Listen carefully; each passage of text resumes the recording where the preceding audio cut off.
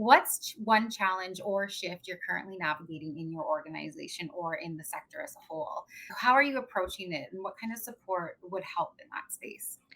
Yeah, I think, look, honestly, I think the sector right now is facing massive changes and Yeah. massive challenges. And so it's hard to just pin down one thing sector wide.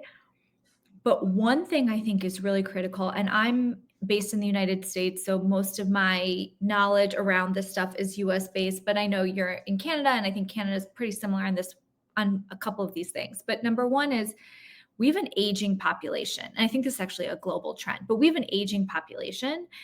And there's a couple of impact effects from that. So, number one, in the United States, I think it's somewhat true in Canada, but again, I'm less sure.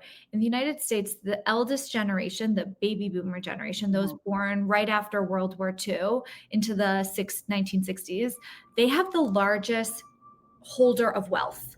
So for many nonprofits, their largest donors are all over 60, and younger generations have less money. And this is leading to a whole bunch of things. So, one, you have younger people, it's harder for them to donate because they have less disposable income. And when you think about not just income, but net worth, Yeah. there is huge income inequality, which again, it's like all kind of connected. And this leads to less people donating. And there, while donations are going up, it's because a few big donors are giving tremendous amounts, which is amazing, but there's so much competition. So I think this is all going to lead to fewer nonprofits, which could be a benefit, it could be a good thing.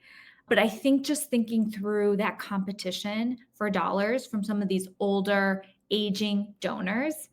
And the other thing with this aging population that I'm seeing a lot is there were a lot of nonprofits that were founded, let's say in the 1970s, the 1980s, maybe even the 1990s. And those founders are ready to retire.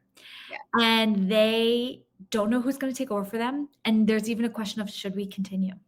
So I think there's just a lot of generational change, wealth inequality, and then the final major challenge is technology. I think you can't talk about challenges at nonprofits without talking about technology. AI can do some amazing things. Also, people are really nervous that they're going to lose their jobs from it, and they're not wrong.